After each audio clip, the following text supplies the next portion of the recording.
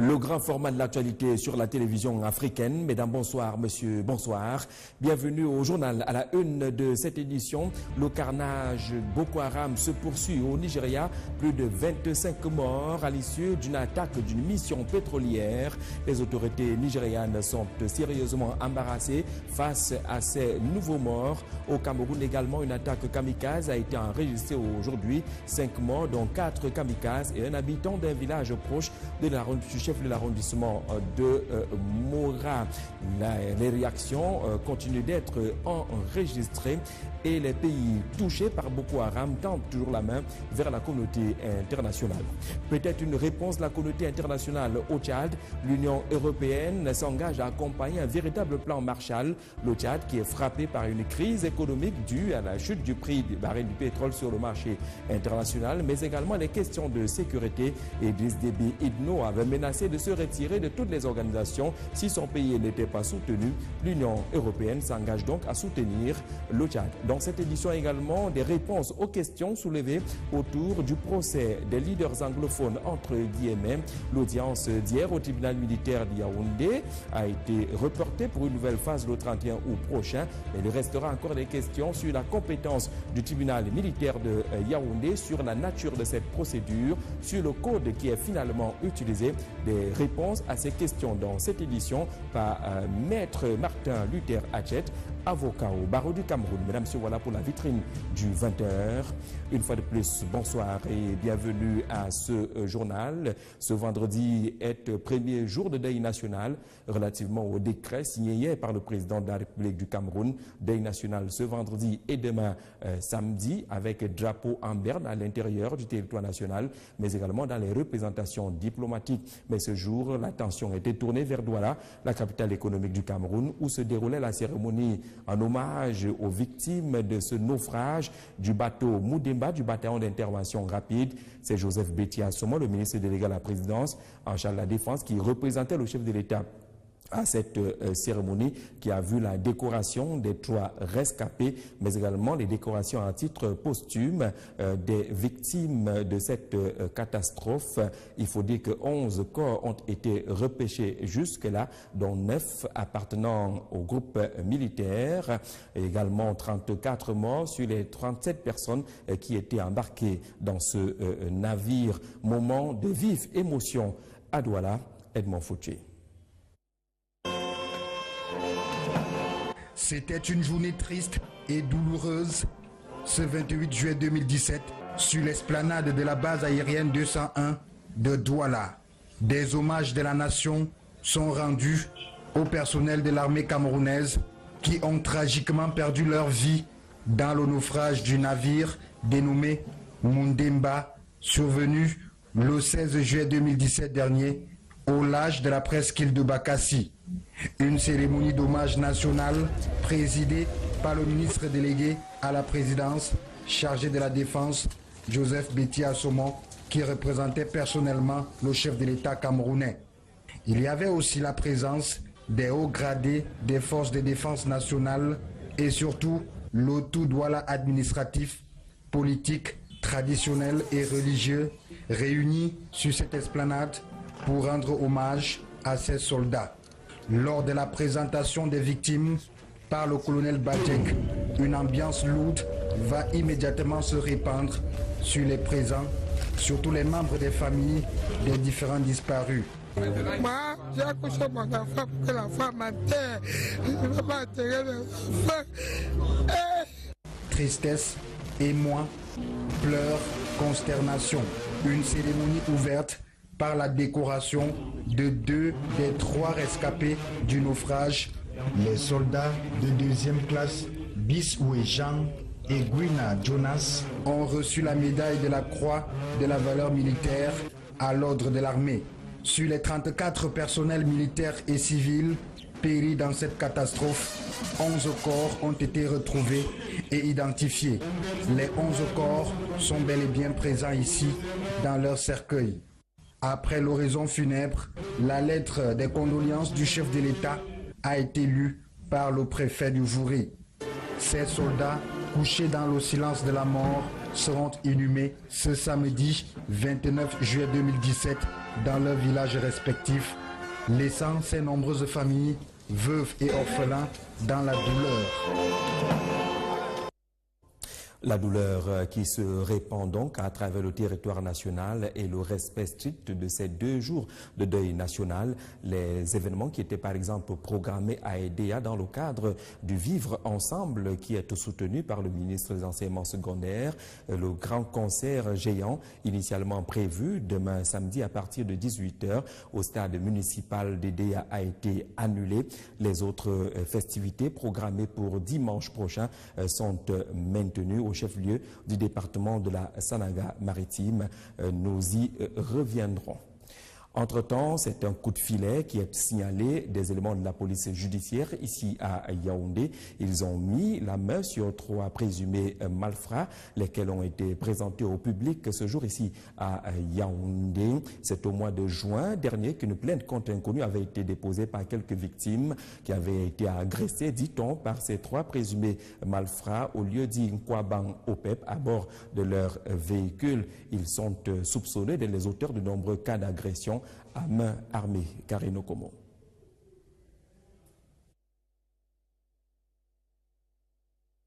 Voici le gant de présumés malfrats que les éléments du service des interventions et de recherche de la police judiciaire de Yaoundé viennent de mettre hors d'état de nuire. Il s'agit en effet de Amougou Zambo Jean-Marie, chef de gang, par ailleurs sergent-chef revoqué, et ses 2 complices, Mbiajon Emmanuel alias Noëlo et Watan Awana, respectivement âgés de 39, 25 et 20 ans. Ces derniers sont accusés d'agression à main armée sur 2 individus à bord de leur véhicule au quartier Nkwaban, précisément au lieu dit au PEP+. Ces victimes ont alors déposé une plainte contre inconnu à la direction de la police judiciaire de Yaoundé en juin dernier. L'ouverture immédiate d'une enquête a mené les éléments du service des interventions et de recherche sur la piste de ces malfaiteurs il y a quelques jours, ce qui a abouti à leur interpellation, puis à leur arrestation.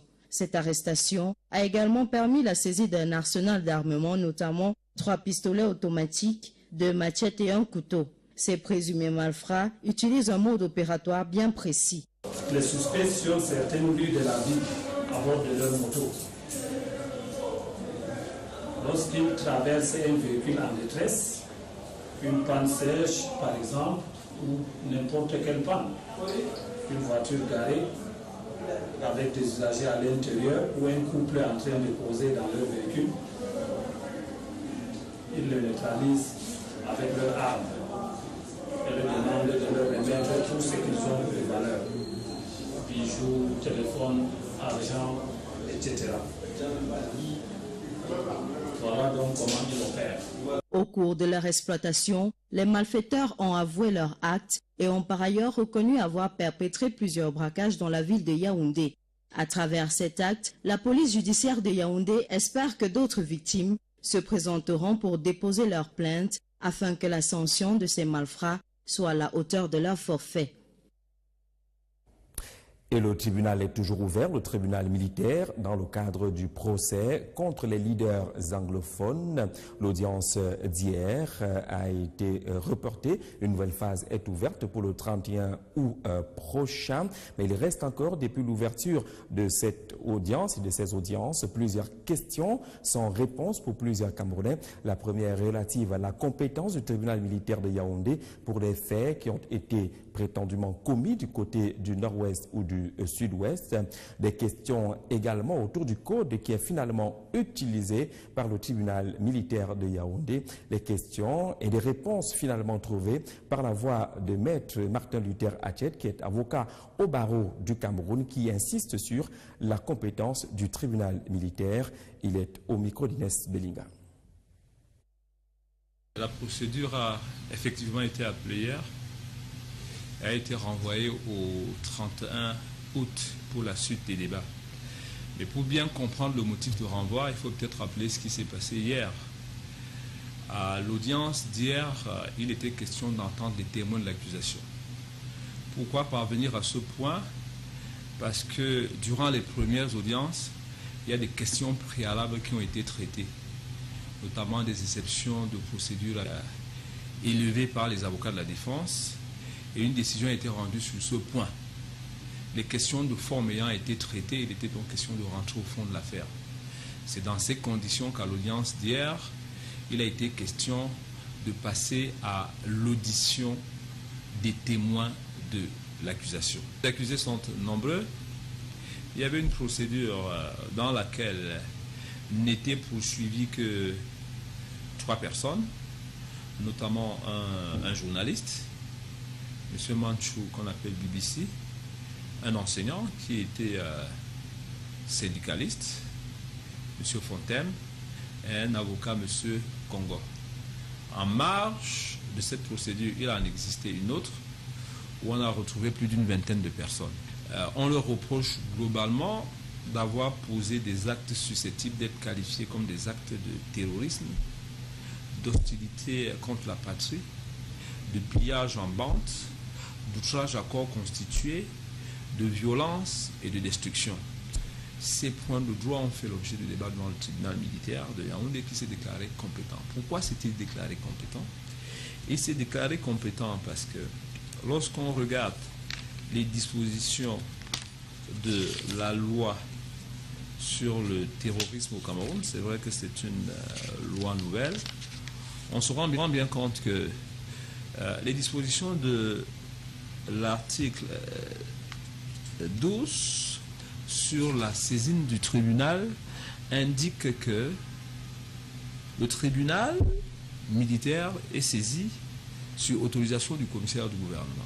C'est ce qu'on appelle une voie de saisine directe. Maintenant, pour mieux le comprendre, il faut nécessairement revenir au code de justice militaire qui rappelle que, et j'aime mieux lire pour ne pas mal citer, en cas de circonstances exceptionnelles, en cas de menace grave à l'ordre public, à la sécurité de l'État ou de terrorisme, vous voyez l'allusion maintenant avec la loi sur le terrorisme de tout à l'heure, le tribunal militaire de Yaoundé peut exercer ses attributions sur l'ensemble du territoire. Il n'existe pas 2 droits au Cameroun en matière pénale, il en existe un seul. Il existe un seul code de procédure pénale, en français et en anglais. Maintenant, dans les dispositions du code de procédure pénale, et notamment relativement au problème qui s'est posé, celui de savoir comment est-ce qu'on fait des objections au cours d'un procès, et qu'est-ce qu'on appelle question insidieuse.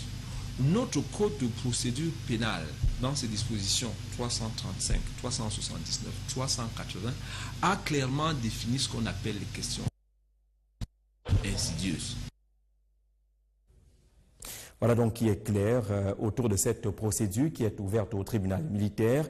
On rappelle que la prochaine audience aura lieu le 31 août prochain et que le procureur dans cette affaire a été remplacé. Parlons de cette lutte contre Boko Haram et le carnage qui se poursuit au Nigeria. Mardi dernier, c'est une nouvelle attaque qui a été enregistrée. Des sources parlent de 25 victimes, d'autres évoquent une 50aine de victimes au cours d'une attaque d'une mission pétrolière. Le gouvernement avait d'abord pensé à un kidnapping pour justement constater qu'il s'agit une fois de plus d'un acte perpétré par les éléments de Boko Haram. Michel Siré-Tchoungui.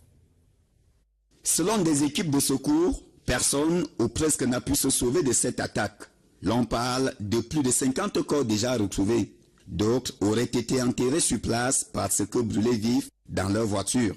C'est le travail du groupe terroriste Boko Haram qui a attaqué mardi dernier un convoi d'une dizaine de véhicules dans le nord du Nigeria, non loin de Maïdougouri. Le convoi en question revenait d'une mission d'exploration pétrolière d'1 mois dans la région du lac Tchad.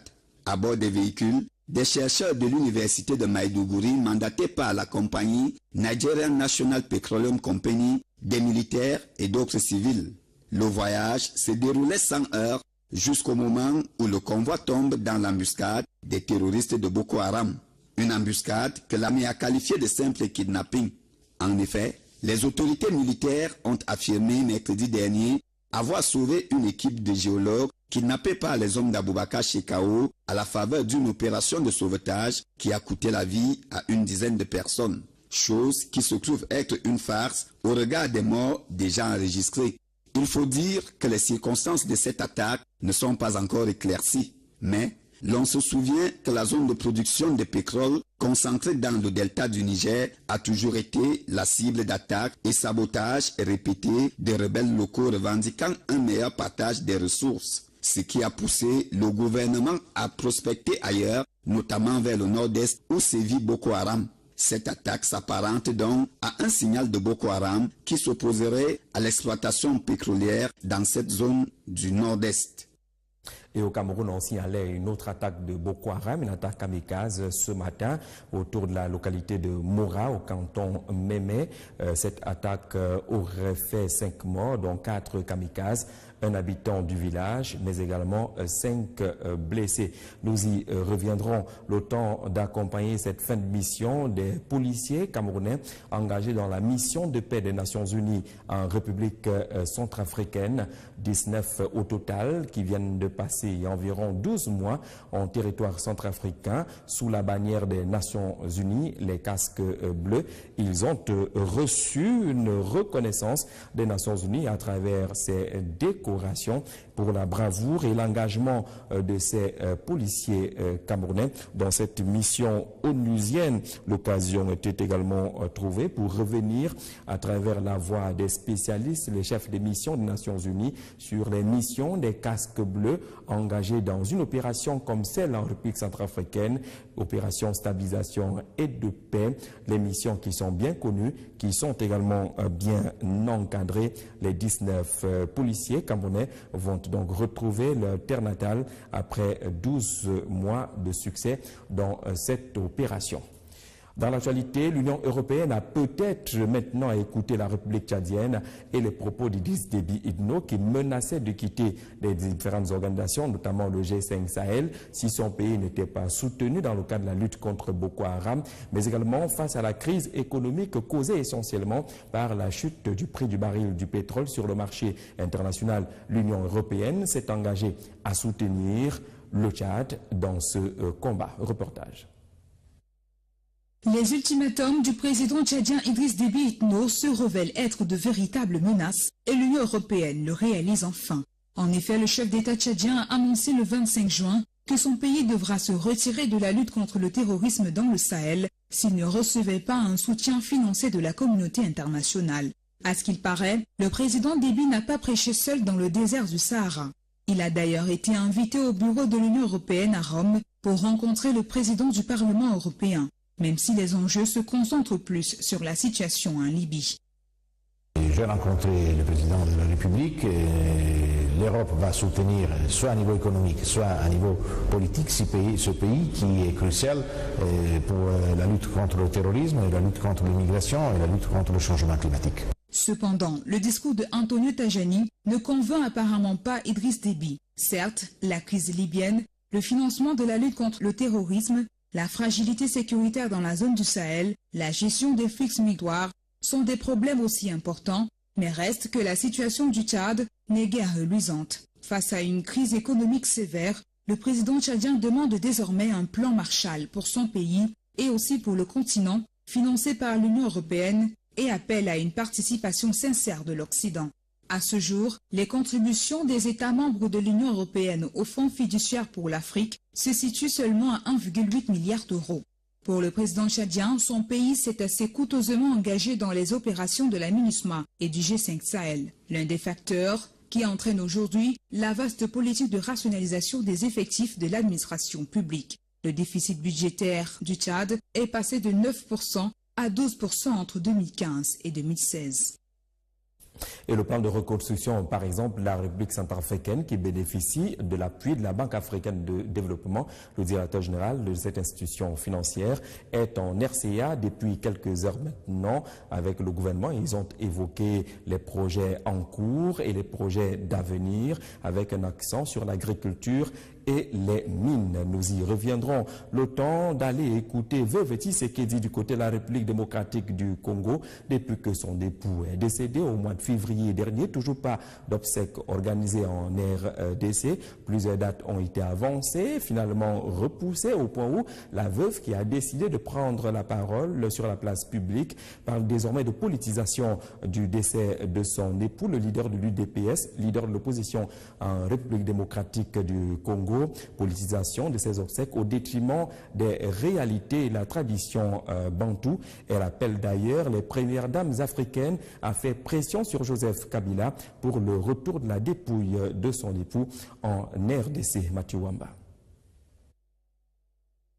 Depuis le décès de son mari le 1er février 2017 à Bruxelles, Marthe Kazalou Tshisekedi, qui était jusqu'ici restée en retrait, est sortie de sa réserve hier face à la presse nationale et internationale pour évoquer le retard accusé jusque-là pour assurer des obsèques dignes à son défunt mari. Faire appel à tout le monde qui connaît mon mari, l'ami, les parents, et tous qui le connaissent, pour les faire sensibiliser et les faire comprendre ma douleur.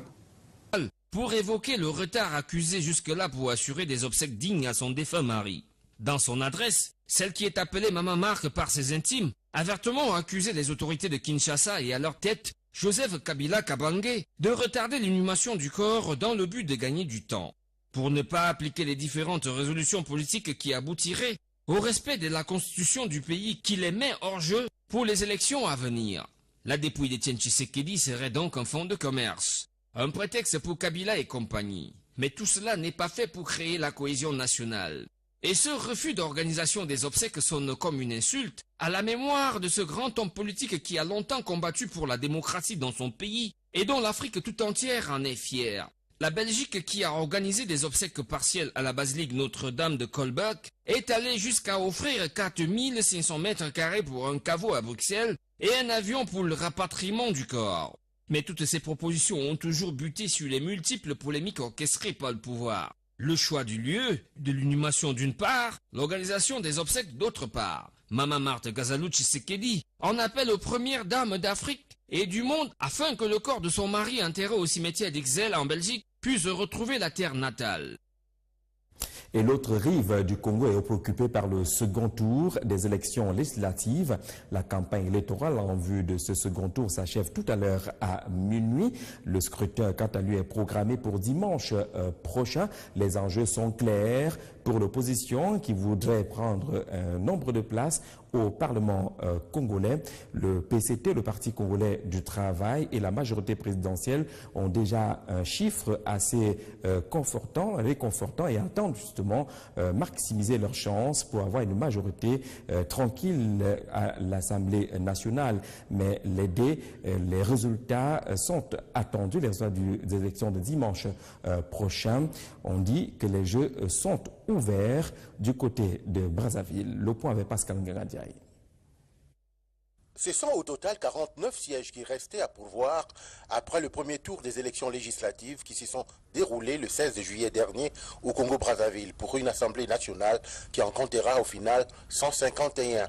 Prêts pour le vote de ce dimanche, les 94 candidats en ballotage ont eu une semaine de campagne pour convaincre les électeurs et les états-majors des formations politiques le temps nécessaire pour fourbir leurs armes et mettre en place des stratégies.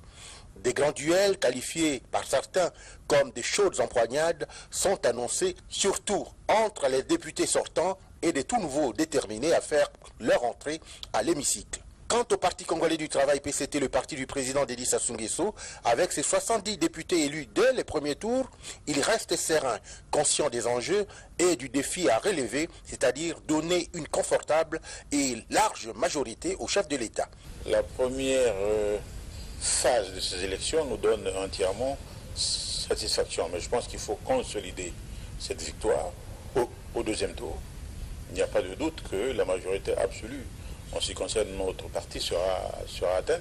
À l'opposition, quoique divisée et où la plupart des partis sont en perte de vitesse, le mouvement politique de l'Union des démocrates humanistes UDH-Yuki de Guy Brice Parfait Kolela, arrivé deuxième à la présidentielle de 2016 avec ses quelques candidats en ballotage favorables, semble sortir du lot. Je crois qu'on va continuer sur cette même lancée par rapport à ceux qui restent en lice, c'est-à-dire qui vont aller au deuxième tour. Je suis confiant que notre avenir politique est radieux. Mais une chose est certaine, les partis de la majorité présidentielle qui viennent de se tailler entre-temps la part du lion dans les conseils municipaux et départementaux en remportant plusieurs sièges sont en passe de remporter la majorité à la future Assemblée nationale.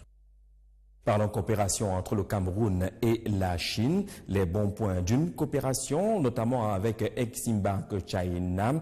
Les projets soutenus par la Chine évoluent bien au Cameroun. Le constat a été révélé aujourd'hui au cours d'une rencontre entre le ministre de l'économie, la planification et l'aménagement du territoire et les représentants de Exim Bank. Occasion justement de faire le point des travaux qui sont en cours de réalisation dans notre pays. Mélanie Bibanga.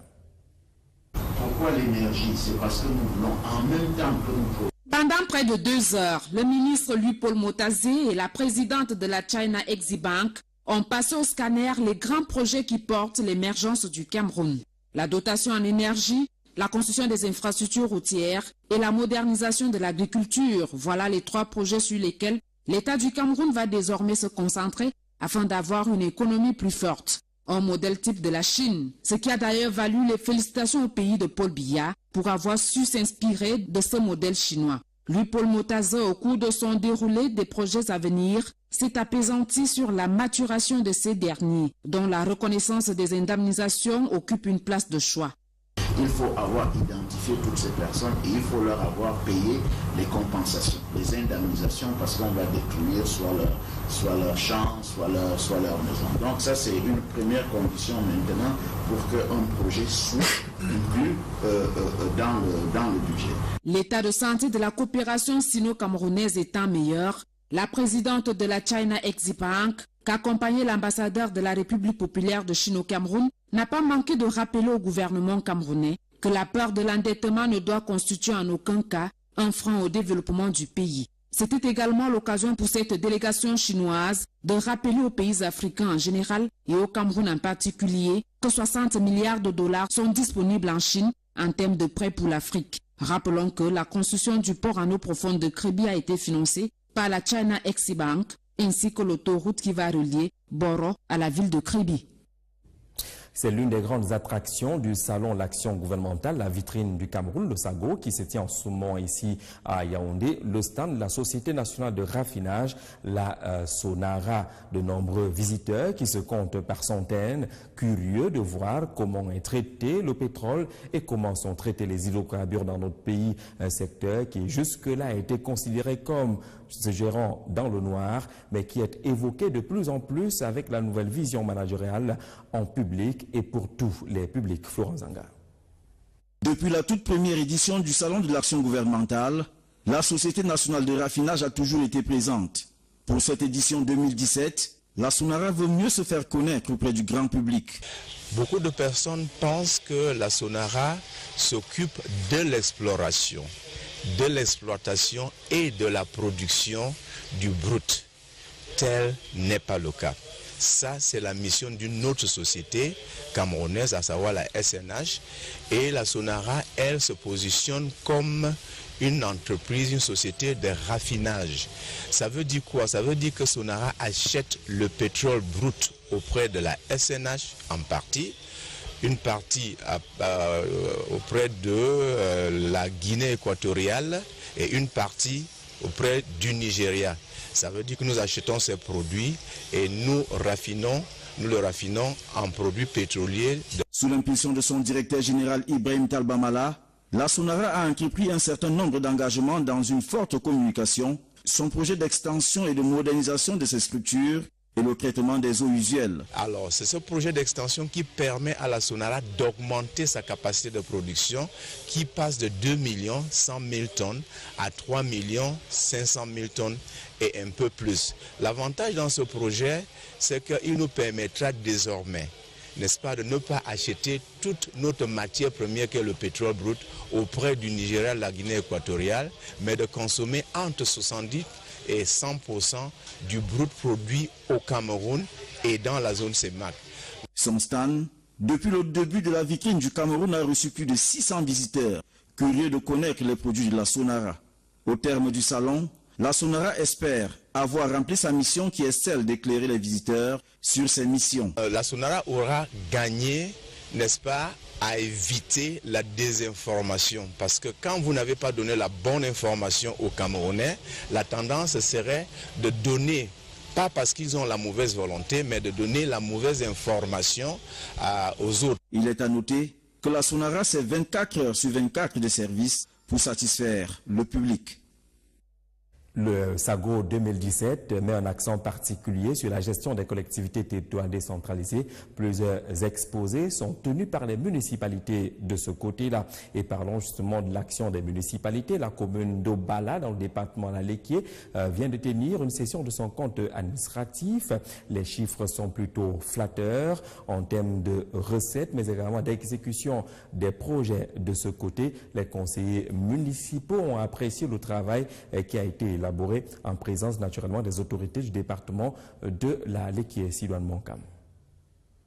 970 823 098 francs CFA, c'est le montant en recettes du compte administratif pour l'exercice 2016 de la commune d'Obala présenté au cours de la session ordinaire de son conseil municipal. Un compte qui a connu une nette augmentation par rapport à celui de l'année 2017 qui s'élevait à 857 703 165 francs CFA.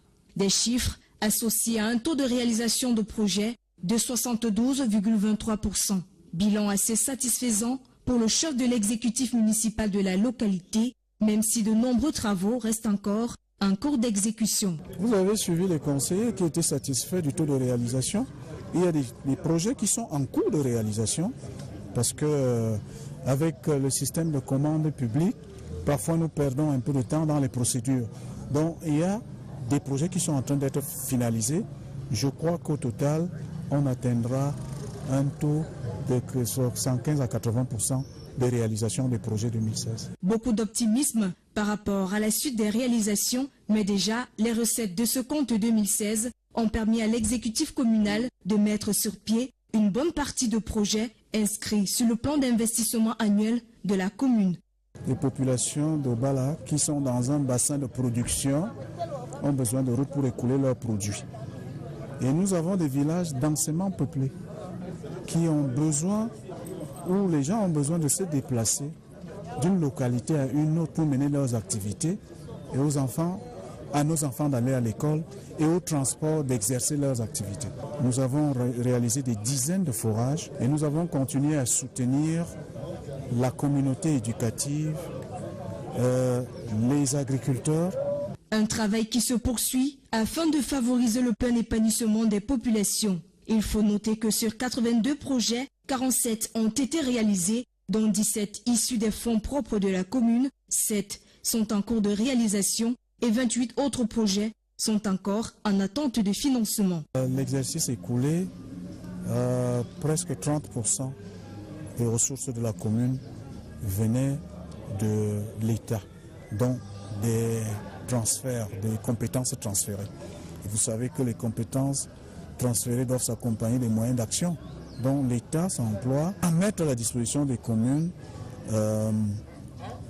assez de ressources pour permettre à ces communes-là de réaliser des projets porteurs, des projets qui sont très attendus par la base. De nombreuses difficultés ont également été recensées au cours de ces assises, notamment au niveau du trésor public, ce qui a quelque peu affecté la commune dans la réalisation harmonieuse de certains projets de développement. Mais malgré cela, de bonnes perspectives sont annoncées à la commune d'Obala.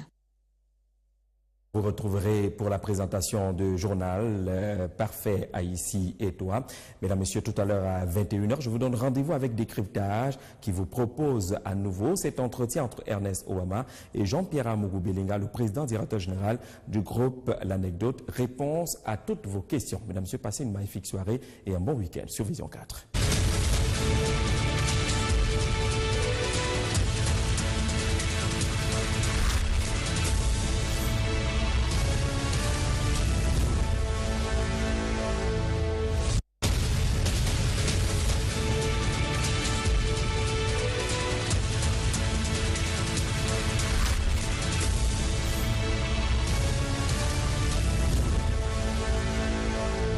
De 2 des 3 rescapés du naufrage, les soldats de 2e classe Bisoué Jean et Guina Jonas ont reçu la médaille de la Croix de la valeur militaire à l'ordre de l'armée. Sur les 34 personnels militaires et civils péri dans cette catastrophe. 11 corps ont été retrouvés et identifiés. Les 11 corps sont bel et bien présents ici dans leur cercueil. Après l'oraison funèbre, la lettre des condoléances du chef de l'État a été lue par le préfet du Vouri. Ces soldats, couchés dans le silence de la mort, seront inhumés ce samedi 29 juillet 2017 dans leurs villages respectifs, laissant ces nombreuses familles, veuves et orphelins, dans la douleur. La douleur qui se répand donc à travers le territoire national et le respect strict de ces 2 jours de deuil national. Les événements qui étaient par exemple programmés à EDEA dans le cadre du Vivre Ensemble qui est soutenu par le ministre des Enseignements secondaires. Le grand concert géant initialement prévu demain samedi à partir de 18 h au stade municipal d'EDEA a été annulé. Les autres festivités programmées pour dimanche prochain sont maintenues au chef-lieu du département de la Sanaga-Maritime. Nous y reviendrons. Entre-temps, c'est un coup de filet qui est signalé des éléments de la police judiciaire ici à Yaoundé. Ils ont mis la main sur 3 présumés malfrats, lesquels ont été présentés au public ce jour ici à Yaoundé. C'est au mois de juin dernier qu'une plainte contre inconnu avait été déposée par quelques victimes qui avaient été agressées, dit-on, par ces 3 présumés malfrats au lieu dit Nkwabang Opep à bord de leur véhicule. Ils sont soupçonnés d'être les auteurs de nombreux cas d'agression à main armée. Karino Komo.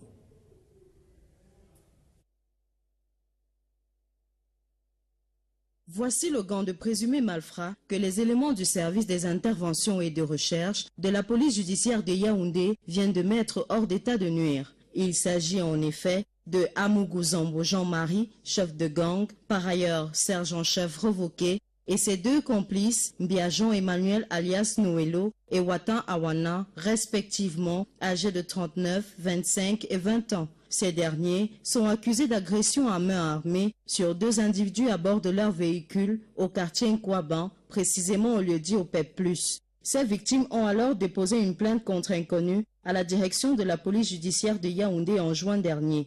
L'ouverture immédiate d'une enquête a mené les éléments du service des interventions et de recherche sur la piste de ces malfaiteurs il y a quelques jours, ce qui a abouti à leur interpellation, puis à leur arrestation. Cette arrestation a également permis la saisie d'un arsenal d'armement, notamment 3 pistolets automatiques, 2 machettes et un couteau. Ces présumés malfrats utilisent un mode opératoire bien précis. Les suspects sur certaines rues de la ville à bord de leur moto. Lorsqu'ils traversent un véhicule en détresse, une panne sèche par exemple, ou n'importe quelle panne, une voiture garée avec des usagers à l'intérieur ou un couple en train de causer dans leur véhicule, ils le neutralisent avec leurs armes et leur demandent de leur remettre tout ce qu'ils ont de valeur, bijoux, téléphones, argent, etc. Voilà donc comment ils opèrent. Au cours de leur exploitation, les malfaiteurs ont avoué leurs actes et ont par ailleurs reconnu avoir perpétré plusieurs braquages dans la ville de Yaoundé. À travers cet acte, la police judiciaire de Yaoundé espère que d'autres victimes se présenteront pour déposer leur plainte afin que la sanction de ces malfrats soit à la hauteur de leur forfait. Et le tribunal est toujours ouvert, le tribunal militaire, dans le cadre du procès contre les leaders anglophones. L'audience d'hier a été reportée. Une nouvelle phase est ouverte pour le 31 août prochain. Mais il reste encore, depuis l'ouverture de cette audience et de ces audiences, plusieurs questions sans réponse pour plusieurs Camerounais. La première relative à la compétence du tribunal militaire de Yaoundé pour les faits qui ont été prétendument commis du côté du nord-ouest ou du sud-ouest. Des questions également autour du code qui est finalement utilisé par le tribunal militaire de Yaoundé. Les questions et des réponses finalement trouvées par la voix de maître Martin Luther Achet, qui est avocat au barreau du Cameroun, qui insiste sur la compétence du tribunal militaire. Il est au micro d'Inès Bellinga. La procédure a effectivement été appelée hier. Elle a été renvoyée au 31 août pour la suite des débats. Mais pour bien comprendre le motif de renvoi, il faut peut-être rappeler ce qui s'est passé hier. À l'audience d'hier, il était question d'entendre les témoins de l'accusation. Pourquoi parvenir à ce point?